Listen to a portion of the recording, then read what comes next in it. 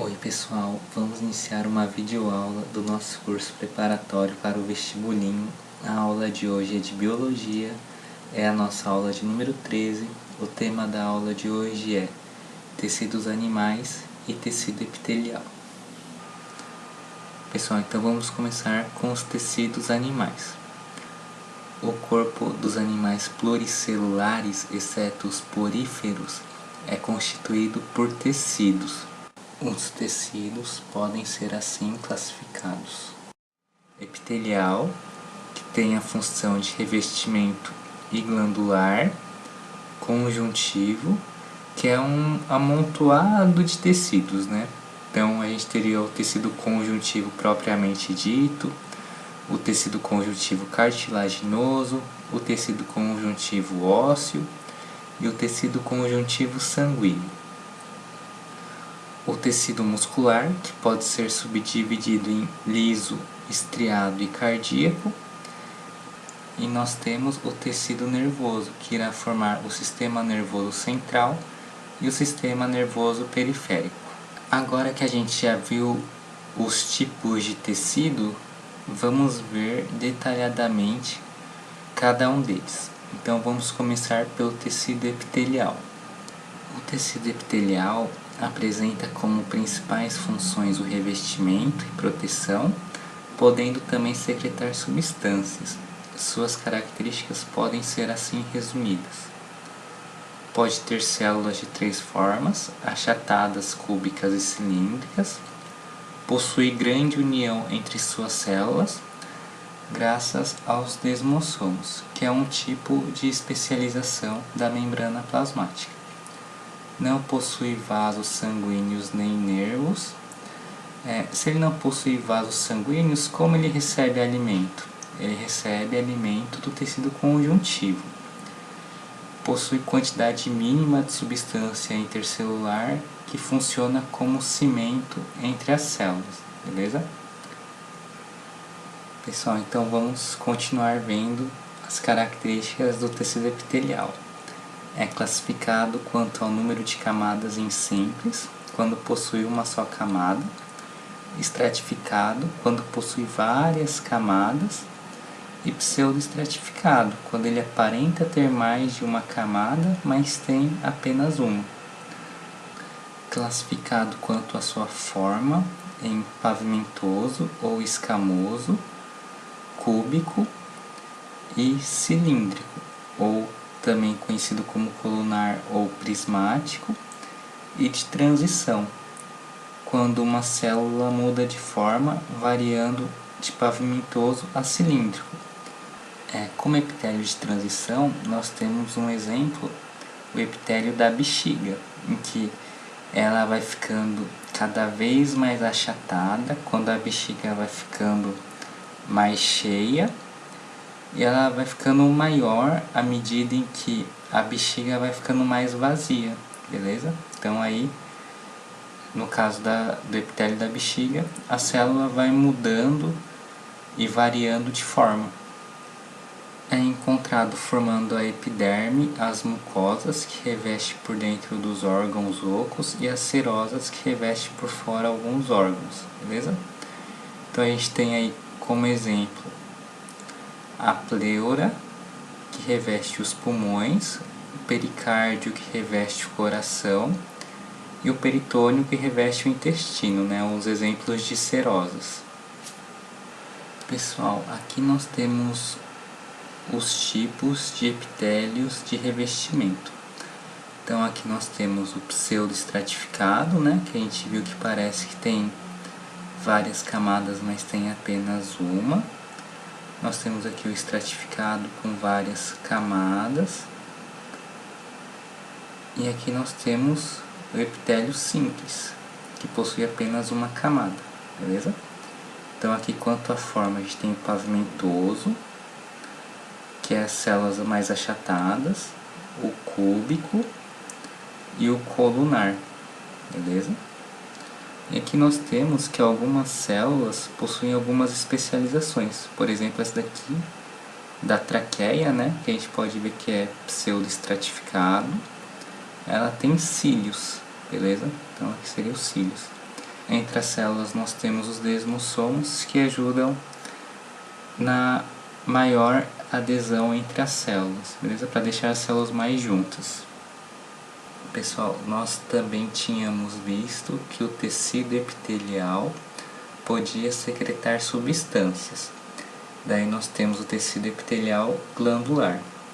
Então nós temos que as glândulas são estruturas formadas por tecido epitelial que eliminam secreções.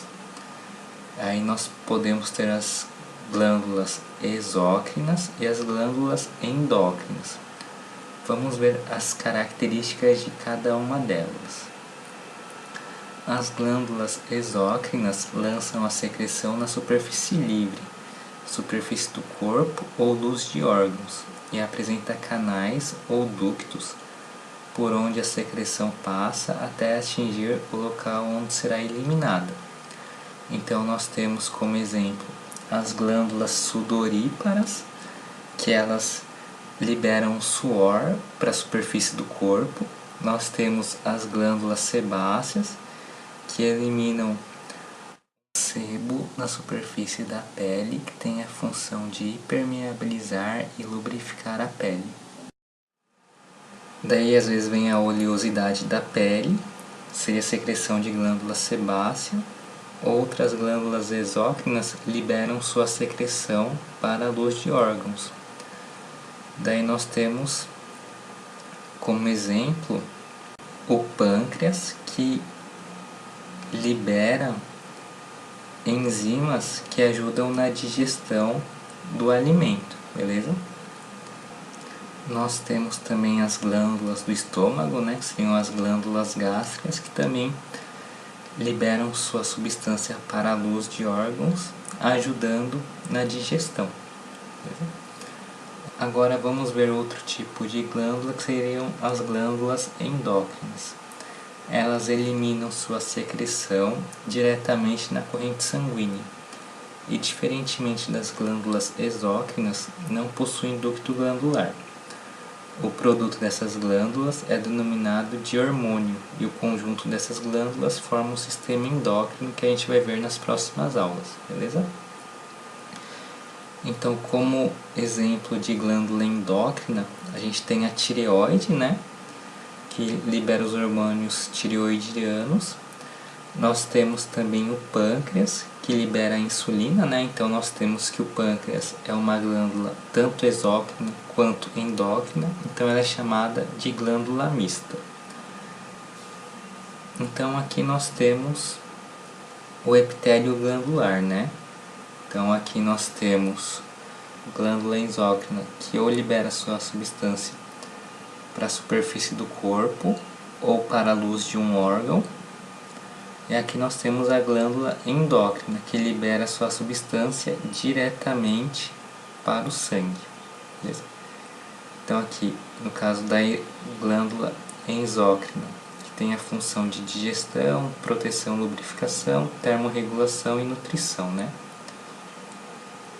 Aqui no caso, proteção e lubrificação seria a glândula sudorípara e a glândula sebácea. Termorregulação, glândula sudorípara. Nutrição e digestão seriam as glândulas que ajudam o sistema digestivo. E endócrina, que ajuda na homeostase, beleza?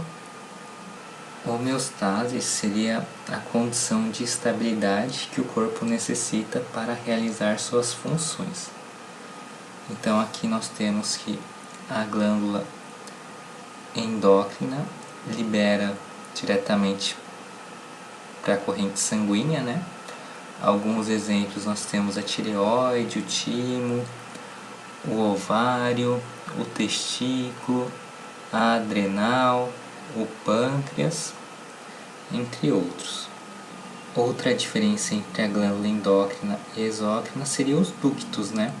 Aqui nós temos a porção secretora, que é o local onde é secretado a substância produzida pela glândula exócrina, e aqui nós temos os ductos, que é o local onde essas substâncias irão passar. Pessoal, então vamos para alguns exercícios para a gente ir treinando. O tecido epitelial está relacionado com diversas funções importantes para o funcionamento do corpo, tais como proteção, absorção e secreção de substâncias. A respeito desse tecido, marque a alternativa incorreta. A. As células epiteliais apoiam-se na membrana basal. Verdadeira. B. As células do tecido epitelial variam em formato, sendo assim, esse pode ser um critério de classificação desse tecido. Verdade também, né?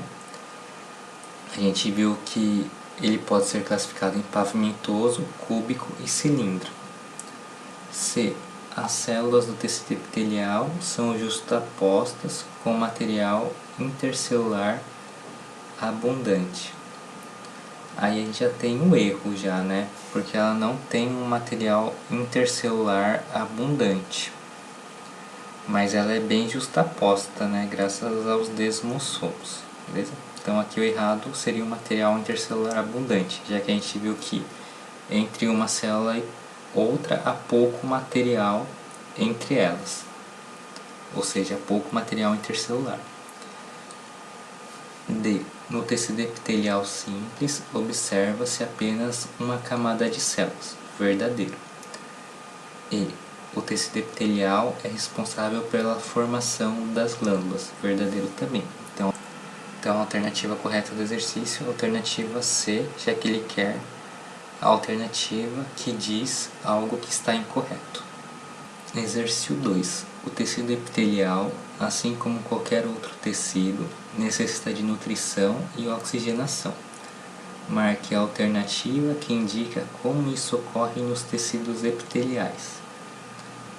Então vamos lá. Alternativa A. A nutrição e oxigenação ocorrem através de capilares sanguíneos presentes no próprio tecido epitelial. Errado. B. A nutrição e oxigenação são realizadas através de capilares presentes no tecido muscular próximo aos tecidos epiteliais. Errado também. C. A nutrição e oxigenação ocorrem através de capilares presentes no tecido conjuntivo adjacente ao tecido epitelial. Verdadeiro. Nós temos que é o tecido conjuntivo que ajuda na nutrição e oxigenação do tecido epitelial. D. A nutrição e oxigenação nos tecidos epiteliais são garantidas através da presença de vasos linfáticos. Errado. E a nutrição e oxigenação ocorrem por osmose. Errado também. Então a alternativa correta é a alternativa C de caso. Nós temos que a nutrição e a oxigenação, nesse caso, ocorre por difusão e não por osmose. 3. As glândulas originam-se de grupos celulares que proliferam a partir do tecido epitelial, beleza? Nós temos que é o tecido epitelial que irá formar as glândulas. 4. Considere os seguintes mecanismos. 1. Proteção. 2. Secreção. 3. Revestimento. E 4. Movimento. No homem, são funções do tecido epitelial. Proteção, secreção e revestimento, beleza? Que é o que a gente viu até agora. Movimento não, né? Então seria a alternativa A, a alternativa correta. O movimento vai estar mais a cargo do tecido muscular. Isso que a gente vai ver mais pra frente. 5. De acordo com a quantidade de camada celular, como podem ser classificados os tecidos epiteliais? A. Pseudoestratificado, simples e glandular. Então aqui está errado o glandular. B. Simples, pavimentoso, estratificado.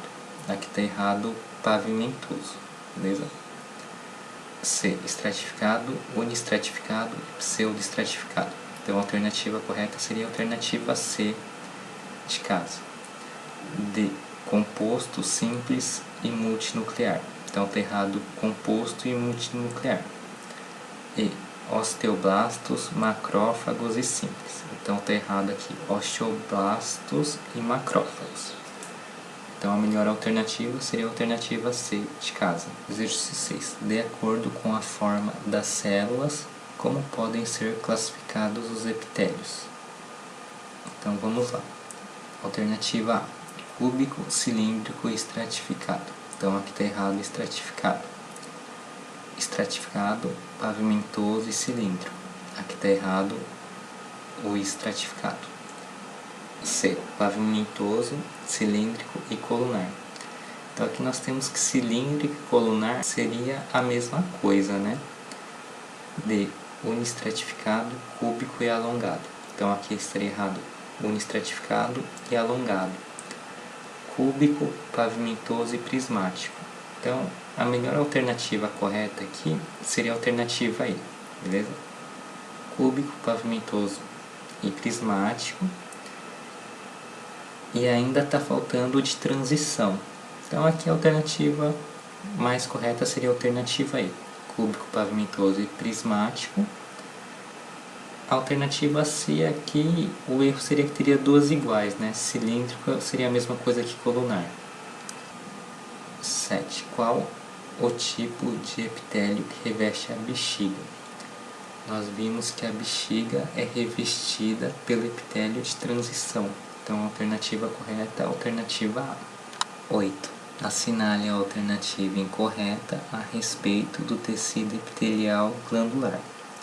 A paratireoide é um exemplo de glândula endócrina.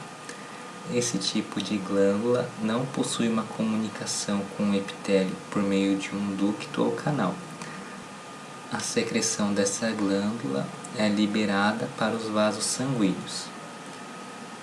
Então, a alternativa A correta. B. As glândulas são agrupamentos de células especializadas na produção de secreções. Alternativa B correta também. C. Glândulas sudoríparas são exemplos de glândula exócrina. Esse tipo de glândula mantém uma comunicação com o epitélio por meio de um ducto ou canal, que permite a liberação da secreção. Alternativa C correta também. D. A tireoide é um exemplo de glândula endócrina. Esse tipo de glândula não possui uma comunicação com o epitélio por meio de um ducto ou canal. A secreção dessa glândula é liberada para os vasos sanguíneos. Correta. E a hipófise é uma glândula mista, ou seja, ela apresenta uma parte endócrina que libera o hormônio antidiurético e outra exócrina que libera a ocitocina. Então a E seria incorreta, né? Já que a hipófise não é uma glândula mista, ela é apenas uma glândula endócrina, beleza? Então, alternativa E é a resposta da questão. 9. Observe a figura abaixo, que representa um tecido epitelial glandular. A seguir, analise as proposições e assinale as corretas. A soma das afirmativas corretas é equivalente a. Então, 1. A glândula salivar é um exemplo de glândula, como ilustrado em C. Vamos voltar para a figura. Então, nós temos que em C é uma glândula endócrina, né? Já que a porção secretora libera diretamente para o sangue as suas secreções. Então, C é uma glândula endócrina. Ele está falando da glândula salivar, que é uma glândula exócrina. Então, aqui na figura nós temos que o tipo de glândula exócrina seria a parte B aqui da figura, beleza? O que é mostrado em B na figura.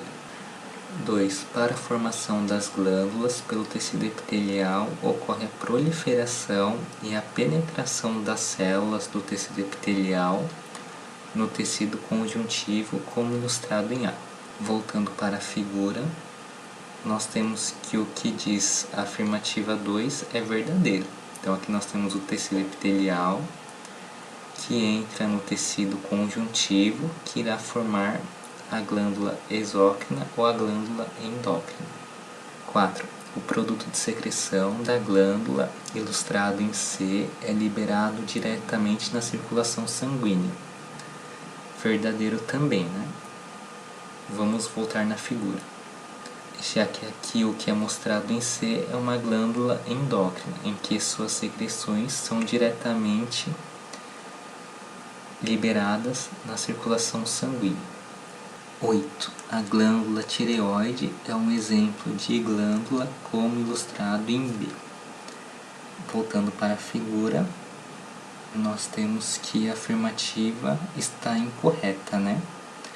Já que o B é um exemplo de glândula exócrina e nós temos que a tireoide é um exemplo de glândula endócrina, já que ela vai liberar diretamente suas substâncias na corrente sanguínea. Então, 8 incorreto. 16. O pâncreas, por apresentar atividade endócrina e exócrina, é considerado uma glândula mista. Verdade. O pâncreas é exócrino quando libera suas substâncias que irão ajudar na digestão, e é endócrino quando ele libera a insulina. A insulina, que é um hormônio que vai ajudar na homeostase do corpo. 32. As glândulas exócrinas mantêm sua conexão com o epitélio que as originou e seus produtos são eliminados para o meio exterior pelo ducto até a superfície do corpo ou até uma cavidade interna de um órgão, como ilustrado em B. Verdadeiro. Então nós temos aqui a porção secretora e aqui o ducto, que vai ajudar na liberação da substância até a superfície corporal ou uma cavidade interna do corpo, beleza?